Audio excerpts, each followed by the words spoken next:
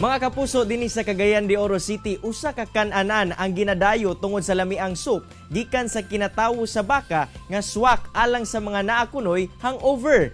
Karong buntaga atong makauban ang tag-iya niini si Joel Ladao. Sir Joel, mayong buntag ug dayon ta sa At Home with GMA Regional TV. Kamusta sir? Maayo man, good morning. Sir, asa ka nakatuon sa pagluto og soup number 5 ug paunsa ka nagsugod sa pagnegosyo? Nakatuon ko anis sa akong mama kay siya maging akong nagluto ani 36 years ago. So pag sa 2004 ako na nag-manage ani nga negosyo. So I'm 16 years na pod karon sa pagluto og RM. Kaya nga nag-soup number 5 pero karon among giluto karon is pure nga karne na gid siya. Ang uban na ni ulo sa baka o ang uban kanang beef meat among galuton nga RM karon. Sir, unsa po ang story behind sa pagsugod nimo sa negosyo? Nagsugod ko ani kay paguman og college. So amo koy lain pod makuan kay lisod man kayo mangitag trabaho. So mo nang nagluto-luto na pag ko. So hangtod na gihatag lagi sa ako ang negosyo sa akong mama. Dayon sir, sa pagsugod nimo sir, kinsa na ang mga customer nga sagad nagaadto sa imong tindahan? Kasagaran mga customer diri is kanang mga driver sa sikad, mga mechanist, mga driver, mga konduktor, mga kasagaran gid. Sir, unsa bang ingredients o step-by-step procedure sa pagluto ani sir? Ay karne lang na siya nga baka sa gayon nag-beef meat o beef RM. So kuan na kanang imo siyang latan for 2 to 3 hours depende sa kung tender na siya imo na siyang haunon. Dayon imo din timplahan og mga panakot dayon og mga seasoning sad. Sir, pwede ba namo mahibal-an unsay sekreto sa lamiang soup number 5? Ang sekreto lagi di sa timplada lagi. Wala gyud makakuan sa timplada nimo ito nga kanang bisag human nagaglata anis na nabo kay lain nga lata na pod. So imong sabaw is continuous ang linataay. So ang imong sabaw is di gid wadan og lami-lami gyud kayo. Sir, sa usa ka adlaw, mga pila ba ka kaldero sa soup number 5 ang mahurot ninyo? Sa karon nga upat ka kaldero gyud kanang dako nga kaldero sa isa ka adlaw. Na karon kay COVID man so minus mga customer mga duha lang tulo. Sir, aside sa soup number 5 o RM, unsa pa ang best seller ninyo nga pagkaon? Diri sa Gusa is RM ra gid diri is kanang special ganang mga RM dayon.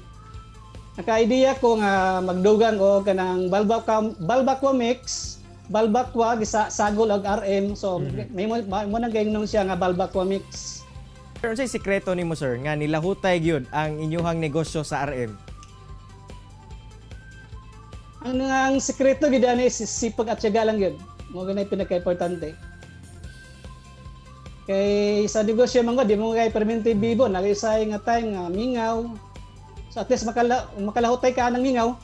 So mubom gyud ka kadugayan, wagi kuha ng kwarta mabot gyud na basta nagay preserve ka, perseverance gid ang kinahanglan. Mga pila ka oras sir ang pagpangandam sa tuang mga ingredients aning RM nato sir usa maabot ngadto sa kaning plato nga gina-serve na nato sa tong mga customer?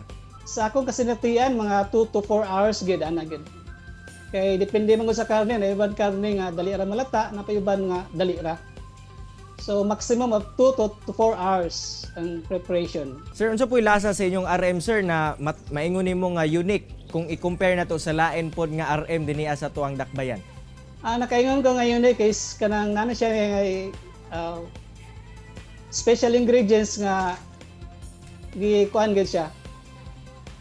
Kana bitaw ang medyo na nimo nga kung depende sa market kung ang mga ricados daghan atsal so daghanan og atsal kung daghan og gumbay daghanan og gumbay. So diri sa Ladao RM isang ricados gyud. Kompleto gyud na siya, wala gyud nga kulang. Sir, pila pud ang presyo sa inyong RM karon sir ug nganong ingana ang ato ang presyo? Sa karon ang balbakwa mix namo is 40 pesos ang serve o ang RM namo is 50 pesos ang serve tungod gani sa kay ang karne mo gud is mahal na kaayo. Sa una makakumpra na tag 20 pesos, 120 pero karon unod na karne nato is 300 ang kilo na ang kilo ana sa paa sa baliga sa merkado. Sir, gawas sa lami ipare sa mainit nga kanon ang RM, asa pa ba nga mga pagkaon nga imuhang sa imong obserbasyon, asa pa nga mga pagkaon lami kini ipares? Kasagaran gid ang uban is kanang gasuman na sila bitag rice kay murag diet sila. Saging ilang ipares kung dili kamote, mangita na sila og kamote. Mga lagot mon may ipares sada ipares gid. Daghang salamat Sir Joel sa imong oras ug gigayon nga gihatag sa At Home with GMA Regional TV. Og sir, hinaot namo nga mas mulambo pa ang imuhang negosyo.